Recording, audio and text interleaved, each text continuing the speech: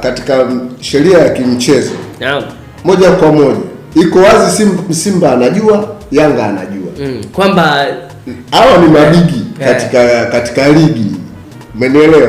Hao wanajua. Haikuwa sababu ya Yanga kumzuia Simba kufanya mazoezi katika siku husika. Bwana, assalamu alaykum Sheikh Matola. Wa alaykum assalam wa rahmatullahi. Karibu sana. Barakatuh. Asante sana. Sheikh bwana, baada ya kushindwa kufika katika kiwanja Stadio de Mkapa, Simba Sport Club, Yanga wameamua wafuate kule kwao.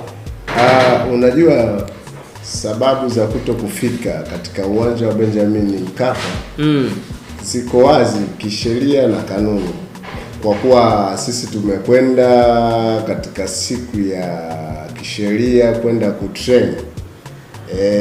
Mimi kwanza inatakiwa nitambulike kwamba mimi naitwa Mrisho Kidete aka Matola. Naam, Sheikh, watu wanapenda kukuita Matola. Sasa kwa sababu mimi ni mwanachama wa Simba Sports Club kupitia tawi la mpira pesa. Naam.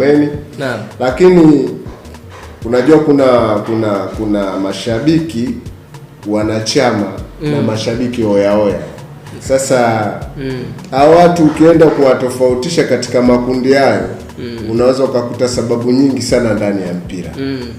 Kwa mpira ukawa wa duara, basi una mzunguko wa nyuzi 360. Sasa zile nyuzi 360 ukizigawanya nusu yake utapata majibu. Ukienda robo ya 360 utapata majibu, unawakuta wale oya. Naam. Sasa sisi tu watu ambao tumekamilika tuna 360 huwa tunaufuatilia mpira na kuuchambua kinaga ubaga kwa kina. Unajua sababu ya kukosekana kisheria, Simba ilikuwepo siku moja kabla inatakiwa afike muda husika kwenda kutrain na kuangalia pichi inasemaje, ili akifika siku ya mchezo ajua anavaa kiatu gani, ajua anautumia vipi uwanja, kasoro zipi zilizopo ndani ya pichi, anakuwa tayari kashazitambua. Hakuna kanuni ambayo inakataza mpinzani wa mchezaji husika wa timu husika aende katika uwanja husika na akaenda akazuiliwa kufanya mazoezi alafu mchezo ukafanyika. Lakini shekhe, tunapozungumzia sekeseke la jana mpaka ikafanya mpira kuhairishwa, sheria zinasema kulingana na Yanga, sasa sheria zinasema kwamba ukitaka kuja kufanya mazoezi siku moja kabla ya mchezo, wasiliana